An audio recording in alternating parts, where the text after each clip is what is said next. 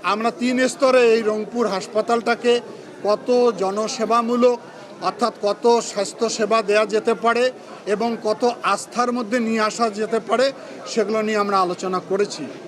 অগ্রগতির মধ্যে আমি একটি কথা বলি, আমরা আগামী 2 মাসের মধ্যে এখানে যে আইসিইউ বেড রয়েছে 10টি মাত্র, এটি আমরা আরও 10টি সংযুক্ত করব, অর্থাৎ 20টি বেডে এখানে আইসিইউ চালু থাকবে।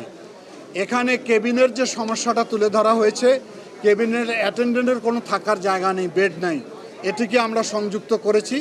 একজন করে অ্যাটেন্ডেন্ট রুগীর সঙ্গে থাকতে পারবে। এখানে অপারেশনের ক্ষেত্রে দেখা যাচ্ছে অ্যানেস্থেসিয়ার সংকুলনের অভাবে সবসময় অপারেশন চালু থাকে না, যার কারণে রুগীরা অনেক সময় মৃত্যুর ঝুঁকিতে পড়ে যায়, মৃত্যুবরণও করে। সেটিকে আমরা সার্বক্ষণিক চালু রাখার সিদ্ধান্ত গ্রহণ করেছি। এখানে জনবলটাকে আমরা সম্পৃক্ত করব। এখানে অনেকগুলো অনিয়ম রয়েছে। আপনারা জানেন যে লাশ পরিবহনের ক্ষেত্রে একটি সিন্ডিকেট এখানে কাজ করে। আমি নির্দেশনা দিয়ে গেছি যে কতটা অ্যাম্বুলেন্স তার তালিকাভুক্ত রাখতে হবে এবং মাইলেজ অনুযায়ী ভাড়াটা নির্ধারণ থাকতে হবে এবং তাদেরকে চালানের আকারে টাকাটা দেয়া হবে। এ ব্যাপারে একটা কমিটি গঠন করে দিয়েছি। তারা 3 পক্ষের সঙ্গে আলোচনা করবে, অ্যাম্বুলেন্সের মালিক বা চালক, আমাদের সিটি কর্পোরেশন এবং হাসপাতাল কর্তৃপক্ষ। তারপরে সেই অনুযায়ী এটি পরিচালিত হবে। এত বড় একটি হাসপাতাল, সিসি ক্যামেরা, এটাকে জরুরি ভিত্তিতে আমি নির্দেশনা দিয়েছি আগামী 1 মাসের ভিতরে যাতে সিসি ক্যামেরার আওতায় গোটা হাসপাতালটাকে নিয়ে আসা হয়। এখানে রাতের বেলায় দেখা যাচ্ছে যে অনেক আইন শৃঙ্খলার অবনতি ঘটে, বিভিন্ন ধরনের দুষ্কৃতিকারীরা ছিনতাইয়ের সঙ্গে জড়িত থাকে। সেজন্য বলা হয়েছে আগামী 7 দিনের ভিতরে সবচেয়ে বেশি পাওয়ারফুল লাইট দিয়ে এটাকে আলোক উজ্জ্বল করা হবে, যাতে এখানে ওই ধরনের দুষ্কৃতিকারীরা কোনো সুযোগ গ্রহণ করতে না পারে। এখানে আবার জলাবদ্ধতা রয়েছে। সিটি কর্পোরেশনকে আমি নির্দেশ দিয়েছি যে আগামী কয়েকদিনের মধ্যে যত অবৈধ স্থাপনা রয়েছে 2 ধারে সবগুলোকে উচ্ছেদ করে দিতে হবে।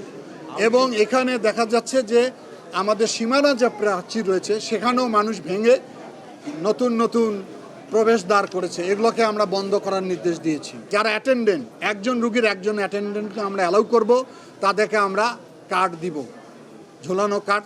আমি সবাইকে অনুরোধ করব অ্যাটেন্ডেন্টরা রুগীরা যাতে কষ্ট না পায়, আমরা যেন অযথা ভিড় না করি। এখানে নিরাপত্তা দেওয়ার জন্য একটা অস্থায়ী পুলিশ ক্যাম্প আমরা চালু করলাম। সেখানে পুলিশ কন্ট্রোল রুম চালু থাকবে, যে কোনো সহায়তা তারা দান করবে তাদের সঙ্গে থাকবে।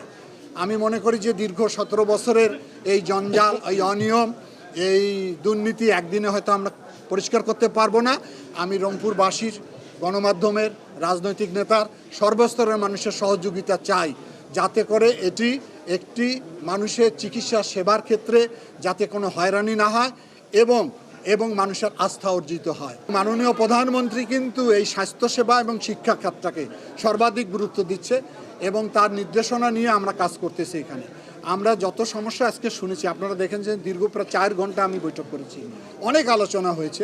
সবগুলো সমস্যা একদিনে আমি সমাধান করতে পারবো না, তবে আমি গ্র্যাজুয়ালি বলেছি যে ধাপে ধাপে আমরা এগুলোকে অ্যাড্রেস করব।